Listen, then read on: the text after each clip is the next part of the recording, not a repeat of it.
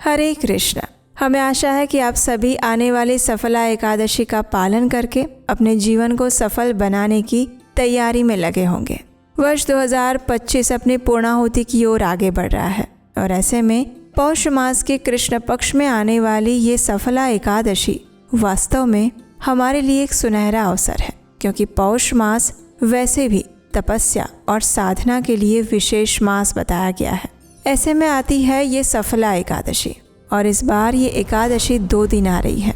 वास्तव में सफला एकादशी है 15 दिसंबर को, लेकिन क्योंकि इस बार की एकादशी महाद्वादशी भी है, यानी कि वो है पक्षवर्धिनी महाद्वादशी तिथि, और इसीलिए महाद्वादशी तिथि का सम्मान रखते हुए इस बार की सफला एकादशी व्रत का पालन हम कर रहे हैं 16 दिसंबर 2025 को। हमारे शास्त्रों में बताया गया है कि जब पर भी वर्ष में 8 महाद्वादशी आती हैं तो एकादशी तिथि का त्याग करके महाद्वादशी का सम्मान करना चाहिए और उसी दिन एकादशी का व्रत रखना चाहिए। ऐसे में किसी को कोई भी अपराध नहीं लगता। तो इसीलिए इस बार की सफला एकादशी का पालन भी हम कर रहे हैं 16 दिसंबर 2025 मंगलवार के दिन। तो चलिए आज के इस वीडियो में जानते हैं कि इस बार आने वाली सफला एकादशी का पालन करने की शास्त्रोक्त विधि क्या है। आइए सफला एकादशी व्रत विधि वीडियो आरंभ करते हैं। इस एकादशी के महात्म्य का वर्णन करते हुए भगवान श्री कृष्ण कहते हैं, जो भी व्यक्ति इस एकादशी का श्रद्धा और नियम पूर्वक पालन करता है वो अपने पूर्व और वर्तमान जन्म के सभी पाप कर्मों से मुक्त हो जाता है। इस मास में जो भक्त पूर्ण श्रद्धा से संकल्प लेकर एकादशी का व्रत पालन करता है उसे अनंत गुना अधिक पुण्य फल की प्राप्ति होती है। एकादशी के एक दिन पहले यानी दशमी के दिन सूर्यास्त से पहले भोजन ले लेना चाहिए। उसके बाद अपने मुंह, हाथ और दांतों को अच्छे से स्वच्छ करके अपने मन तथा इंद्रियों को नियंत्रित करके परम भगवान श्री कृष्ण के ऊपर ध्यान केंद्रित करते हुए स्वयं को एकादशी व्रत पालन के लिए तैयार करना चाहिए। एकादशी के दिन प्रातः ब्रह्म मुहूर्त में उठ जाए। ब्रह्म मुहूर्त यानी सूर्योदय से कम 1.5 घंटा पहले। ये समय आध्यात्मिक साधक के लिए सबसे अच्छा माना गया है और इसी वजह से अष्टांग हृदय सूत्र 2.1 में कहते हैं, ब्राह्मे मुहूर्ते उत्तिष्ठेत स्वस्थो रक्षार्थम आयुषः, यानी स्वस्थ मनुष्य को अपनी आयु की रक्षा के लिए ब्रह्म मुहूर्त में उठना चाहिए। उठने के बाद स्नान इत्यादि से स्वयं को शुद्ध कर लीजिए। अगर संभव है तो आप किसी पवित्र नदी में स्नान करें और अगर ये संभव ना हो तो अपने स्नान के जल में ही गंगा जल मिला लें और उस जल से स्नान करें। अब स्नान करने के बाद आपके घर में जो पूजा का स्थान या मंदिर है उसे और आसपास के स्थान को स्वच्छ करें। फिर अपने गुरु का स्मरण करते हुए और श्री हरि की जयकार करते हुए घंटी बजाकर भगवान को जगाकर सबसे पहले उन्हें कोई भी मीठे पदार्थ का भोग लगाएं। जब तक भगवान भोग स्वीकार करते हैं तब तक आप भगवान की प्रातःकालीन मंगला आरती करने की संपूर्ण तैयारी कर लें। अब 15 मिनट बाद भगवान के पास से भोग ले लीजिए, फिर मंगला आरती करें या फिर उसका दर्शन करें। अगर आप मंगला आरती नहीं कर सकते हैं तो आप अपनी जो भी प्रातःकालीन दैनिक पूजा करते हैं वो संपन्न कर लीजिए।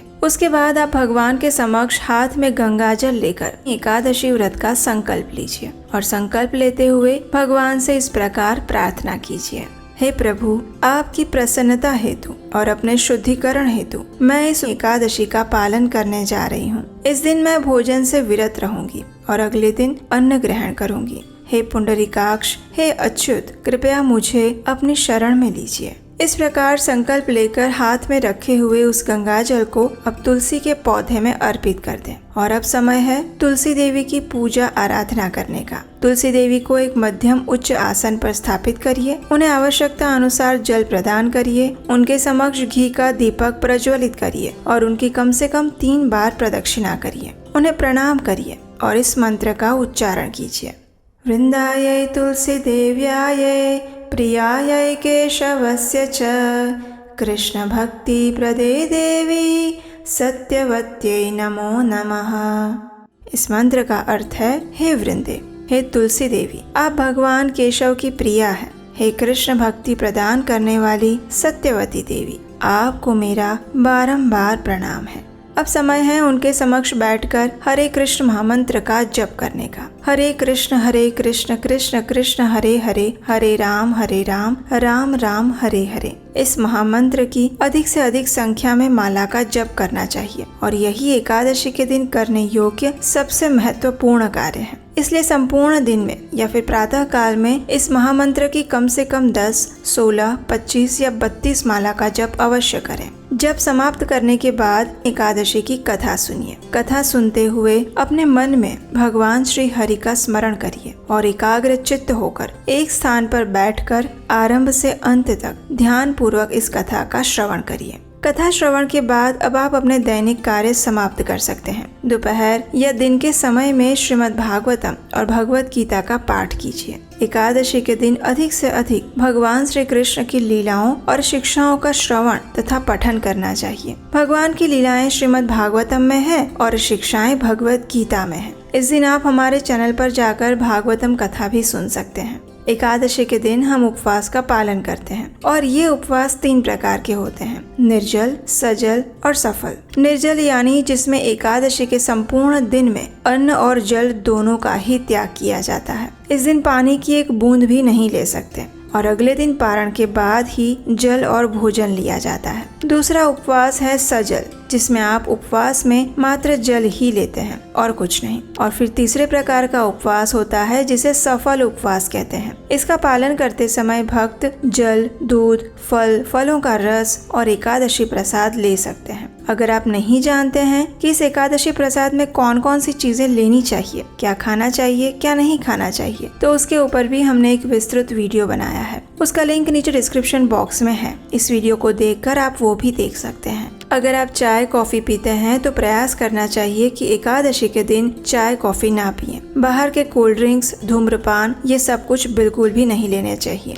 और इस प्रकार आप अपनी शारीरिक क्षमता के अनुसार और आप जिस परिस्थिति में हैं उसके अनुसार आप किसी भी प्रकार का उपवास पालन कर सकते हैं, लेकिन किसी भी स्थिति में अन्न ग्रहण नहीं करना चाहिए। अब संध्या के समय अपने घर में तुलसी देवी की आरती कीजिए। एकादशी के दिन आप जितनी अधिक तुलसी सेवा कर सकते हैं उतनी करनी चाहिए। इस दिन आप प्रातः काल में तुलसी जलदान भी कर सकते हैं। संध्या के समय उनके समक्ष घी या तेल का दीपक प्रज्वलित करें, धूप और पुष्प अर्पित करें और फिर उनके स्तोत्र या आरती करें। मंदिर में भगवान के समक्ष भी दीपक और धूप अर्पित करें। उनके समक्ष बैठकर हरे कृष्ण महामंत्र का कीर्तन करें। परिवार के सदस्यों के साथ बैठकर भगवान की कथा सुनें। हमारे शास्त्रों में एकादशी व्रत की रात्रि के समय जागरण करने के लिए बताया गया है। हरि कथा सुनते हुए, करते हुए और भगवान के पवित्र नामों का जप करते हुए जागरण करना चाहिए। अगर कर सकते हैं तो सबसे अच्छा है, लेकिन एक वास्तविकता ये भी है कि इस समय हम कलयुग में जी रहे हैं। भक्तों को अपने घर, परिवार और ऑफिस की अनेक जिम्मेदारियां भी होती है और ऐसे में सभी के लिए जागरण करना संभव नहीं हो पाता। तो ऐसे में आप रात्रि में विश्राम भी कर सकते हैं। जागरण करना अनिवार्य नहीं है, लेकिन विश्राम करते समय मोबाइल का उपयोग करते हुए ना करें, अपितु भगवान का स्मरण और चिंतन करते हुए विश्राम करें और अगले दिन द्वादशी पर फिर से प्रातः ब्रह्म मुहूर्त में उठ जाएं। एकादशी व्रत पालन करते हुए 3 दिन यानी कि दशमी, एकादशी और द्वादशी ये तीनों तिथियों पर संपूर्ण ब्रह्मचर्य का पालन करना चाहिए। अगले दिन द्वादशी पर पूर्ण विधि विधान और नियम अनुसार निर्धारित समय के अंदर ही एकादशी व्रत का पारण करें। पारण कैसे करना चाहिए इसके ऊपर भी हम एक विस्तृत वीडियो लेकर आएंगे। उसमें हम आपके पारण से जुड़े हुए प्रश्नों के उत्तर भी देने वाले हैं, तो उसे भी अवश्य देखिएगा। और उसे देखने के लिए आपके अपने चैनल उपदेशाष्टकम को सब्सक्राइब करके अवश्य रख लीजिए। आप हमारे व्हाट्सएप कम्युनिटी ग्रुप के साथ अगर जुड़ जाएंगे तो भी आपको इस पारण विधि और एकादशी कथा का नोटिफिकेशन और उसके अलावा अन्य भी एकादशी से जुड़ी जानकारी सरलता से मिल जाएगी। इस ग्रुप से जुड़ने के लिए लिंक नीचे डिस्क्रिप्शन बॉक्स में है। इस वीडियो को समाप्त करने के बाद आप वहां जाकर क्लिक कर सकते हैं। अब देखिए, कई बार लोग पूछते हैं कि अगर किसी के घर में सूतक लगा है तो क्या वे एकादशी व्रत कर सकते हैं? तो इसका उत्तर है हाँ, बिल्कुल कर सकते हैं। अगर आपके घर में किसी की मृत्यु हुई है या फिर किसी का जन्म हुआ है तो भी आप एकादशी व्रत रख सकते हैं। बस ध्यान ये रखना है, इस व्रत की आप कोई भी पूजा इत्यादि नहीं कर सकते। आप उपवास रख सकते हैं, हरे कृष्ण महामंत्र का अधिक से अधिक जप कर सकते हैं, एकादशी की कथा सुन सकते हैं और भगवत गीता का पाठ भी कर सकते हैं। एक और महत्वपूर्ण प्रश्न जो कई बार हमारे पास आता है वो है एकादशी के अगले दिन भी अगर किसी का कोई व्रत या उपवास हो तो वो एकादशी का पारण कैसे करें। इसका उत्तर हालांकि हमने अपनी पिछली कई वीडियोस में दे दिया है। तो देखिए, कई बार ऐसा होता है कि द्वादशी और त्रयोदशी तिथि एक साथ आ जाती है और त्रयोदशी के दिन किया जाने वाला प्रदोष व्रत भी अगले दिन ही पड़ जाता है। कई बार ऐसा भी होता है कि अगर द्वादशी पर प्रदोष ना भी हो तो साप्ताहिक कोई व्रत आ जाता है, जैसे कि गुरुवार या शुक्रवार या सोमवार का व्रत। तो ऐसे में भक्तों के मन में ये दुविधा आती है कि अब एकादशी का पारण आखिर कैसे करें, क्योंकि बिना पारण किए एकादशी व्रत तो पूरा होगा नहीं और अगले दिन आने वाला व्रत रखना भी जरूरी है। तो फिर इस स्थिति में क्या करें? तो देखिए, इसमें संशय में पड़ने वाली कोई बात नहीं है, बहुत सरल विधि है। अगर आपके लिए दोनों ही व्रत करना आवश्यक है तो आप ये कर सकते हैं कि एकादशी का पारण करने के लिए द्वादशी के दिन पारण के प्रातःकालीन सभी नियमों का पालन कर लीजिए। ब्राह्मण भोजन और दान इत्यादि सब कुछ कीजिए। उसके बाद अब आप अपने घर में से एक चावल का दाना लीजिए, उसे भगवान को अर्पित कीजिए। भगवान से प्रार्थना कीजिए कि आप एकादशी व्रत का पारण करने के लिए इस दाने को आपको समर्पित करते हैं, कृपया इसका स्वीकार करें। उसके बाद अगले दिन का व्रत जिस किसी भी देवी देवता का है उन देवी माँ से या फिर शिव जी से प्रार्थना कीजिए, हे माता या हे प्रभु, मैं अपने एकादशी व्रत का पारण करने के लिए ही इस एक चावल के दाने का स्वीकार कर रही हूँ। आपके व्रत में मेरी पूर्ण निष्ठा है, इसलिए कृपया आप मेरे इस चावल के दाने को स्वीकार करने के कार्य को अपराध मत समझिएगा। मैं अब आपके इस व्रत का पूर्ण श्रद्धा और नियम पूर्वक पालन करने जा रही हूँ। आपका आशीर्वाद प्रदान कीजिए। इस प्रकार प्रार्थना करके फिर आप अगले दिन का व्रत आरंभ कीजिए। उसकी पूजा अर्चना या जो भी विधि विधान है उसका पालन कीजिए और इस प्रकार आप एकादशी व्रत का पारण भी कर सकते हैं और अगले दिन के व्रत का पालन भी हो जाएगा और आपको कोई अपराध भी नहीं लगेगा। तो ये थी एकादशी का निष्ठा और नियम पूर्वक पालन करने की संपूर्ण जानकारी और व्रत विधि। हमें आशा है कि ये आपको सरल और उपयोगी लगेगी। अगर ऐसा है तो इस वीडियो को लाइक करके अपने उन मित्रों और परिवारजनों को शेयर कर दीजिए जो एकादशी व्रत करना चाहते हैं या फिर करने वाले हैं। इससे उनको भी लाभ मिलेगा। तो चलिए, आने वाली एकादशी का श्रद्धा पूर्वक पालन करने की संपूर्ण तैयारी अभी से करते हैं और बाकी चीजों के साथ साथ अपने मन तथा चेतना को भी इस एकादशी पालन के लिए तैयार करते हैं। हरे कृष्णा।